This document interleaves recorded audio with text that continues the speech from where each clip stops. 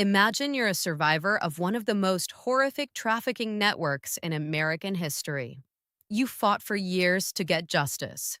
The government promised to protect you. And then the Department of Justice published your name, your phone number, your home address for the entire internet to see. 538 times. Not once, not twice. 538 times. And when a congressman demanded answers from the nation's top law enforcement officer, the Attorney General of the United States, she didn't apologize. She didn't offer a plan. She talked about somebody else entirely. That is what happened in a congressional hearing room. And by the end of this video, you will understand exactly why it matters, not just for the survivors, but for every single American who believes the law should apply equally to everyone. Stay with me, because this story has layers, and every layer is more disturbing than the last.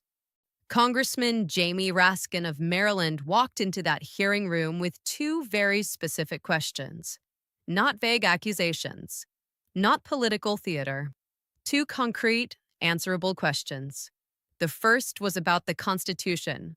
Donald Trump, the sitting president of the United States, is suing the federal government for $10 billion. Not a typo. $10 billion.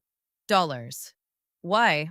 Because his tax returns were leaked to the press back in 2019 and 2020, documents that showed he paid little to no federal income tax for years.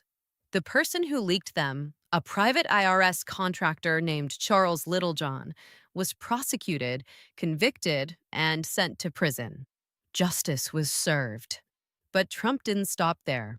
He filed a lawsuit demanding $10 billion from the IRS and the Treasury Department, the very agencies he now controls as president. Here's where it gets constitutionally alarming. The Department of Justice, which would defend the government against this lawsuit, reports directly to Trump. The Attorney General, Pam Bondi, was appointed by Trump, which means that if the DOJ decides to settle this case, Trump's own subordinates would be authorizing a $10 billion payment from the federal treasury to their boss. Trump himself said it out loud. It's interesting because I'm the one that makes the deal, right? I kind of have to work it out with myself. He said that. On record. Raskin asked Bondi one simple question. Would settling this lawsuit violate the Domestic Emoluments Clause? The constitutional provision that explicitly prohibits the president from receiving financial benefits from the United States government beyond his salary? Her answer? I'm not going to discuss pending litigation. That's not a legal answer. That's an escape hatch. And here's why it matters. If the answer were no, she would have said no. A clear no ends the conversation. She didn't say no. She said nothing. Now here's where the hearing shifted and where Raskin's questions became something much more than political sparring. For years, survivors of Jeffrey Epstein's sex trafficking network fought for transparency. They wanted the files. They wanted accountability. And they were promised by the federal government that their identities would be protected, not as a favor, as a legal requirement. Congress passed legislation explicitly stating that victim names, addresses, and identifying information could not be released without their consent. The DOJ had that list. Attorneys for the survivors submitted 350 names that needed to be redacted. The DOJ had months to prepare. They had the legal expertise. They do successful redactions in trafficking cases every single year. And then they release the files, with victims' names unredacted, phone numbers unredacted, home addresses unredacted. One survivor's name appeared 538 times in publicly accessible documents. The New York Times found dozens of uncensored images of naked women with their faces fully visible. The Associated Press found a pattern, names redacted in one document, fully exposed in another, proving this wasn't a technical glitch. The capability existed. The care did not. Within hours, survivors began receiving death threats. Eric Feidler, an attorney representing several survivors, put it plainly: I'm not sure if it's intentional or incompetence, but what is very clear is that the DOJ has disregarded the well being of the survivors. Think about that. These are people who came forward despite enormous personal risk, who trusted the system to protect them when it finally delivered the transparency they'd fought for. And the system exposed them to danger, to harassment, to re traumatization. And nobody at the DOJ has been held accountable. This is the moment in the hearing that stopped everything. Raskin connected the two issues, the $10 billion lawsuit and the Epstein survivors, with a single question that cut straight to the core of what justice is supposed to mean. Donald Trump's tax returns were leaked. He suffered political embarrassment. No physical danger. No death threats. No re traumatization. Political embarrassment. And he's suing for $10 billion, roughly 80% of the IRS's entire annual budget. Epstein's survivors had their names, addresses, and phone numbers published by the DOJ in violation of federal law. They received death threats. Their lives were turned upside down. Again.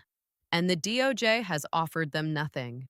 Raskin asked Bondi, if Donald Trump can get $10 billion for a privacy violation, how much should the survivors get? She didn't answer. Instead, she pivoted to attacking Raskin personally, bringing up a local sex offender named Chase Mulligan in Raskin's congressional district, accusing Raskin of not knowing who he was.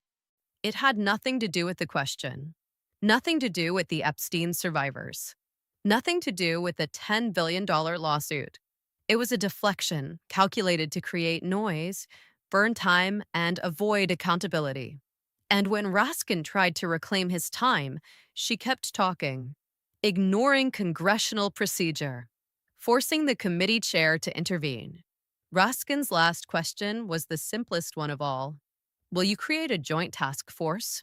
The DOJ, state attorneys general, governors, district attorneys, to investigate the crimes committed against Epstein's survivors and more than 1,000 like them? Yes or no? Will you protect these people? Bondi's response: he called Chase Mulligan a wild goose chase and didn't even know who he was, a defendant in your own district who preyed on girls. That was her answer. That was the Attorney General of the United States responding to a question about justice for trafficking survivors with a personal attack about an unrelated local case. Raskin's response said everything. If he were part of the Epstein investigation, you wouldn't do anything about it. And that line lands because it's not hyperbole. It reflects a documented pattern. The DOJ had the list of 350 names. They had the court order. They had the resources. And they still failed those survivors. The question isn't whether the DOJ is capable of protecting victims. It does it every day in witness protection, in trafficking cases, in organized crime prosecutions.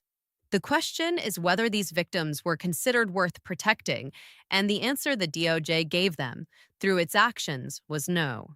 Here's what I want you to take away from this, because this story is bigger than one hearing, bigger than one attorney general, bigger than even one administration. The Domestic Emoluments Clause exists because the founders understood something fundamental. When one person controls both sides of a financial transaction, corruption is inevitable. They put it in the Constitution precisely to prevent a president from using the machinery of government to enrich himself. That's not a partisan point. That's the document every American leader swears to uphold.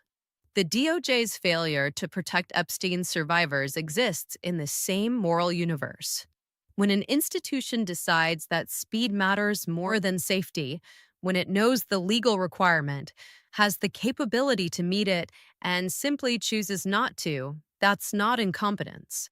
That is a statement of values. And Pam Bondi's refusal to answer, not once, but repeatedly, across the biggest constitutional questions Raskin raised, is also a statement of values. It tells you what the Department of Justice under her leadership considers its primary obligation. Not the Constitution, not the survivors, not accountability, the president. That's the real story from that hearing room. Not the theatrics, not the procedural fights. The story is that the nation's top law enforcement officer was asked whether her department would violate the Constitution, and she wouldn't say no. She was asked whether trafficking survivors deserve the same protection as a billionaire's financial documents, and she wouldn't say yes. She was asked whether she would create a task force to pursue justice for more than 1,000 victims, and she changed the subject. Accountability requires more than a hearing.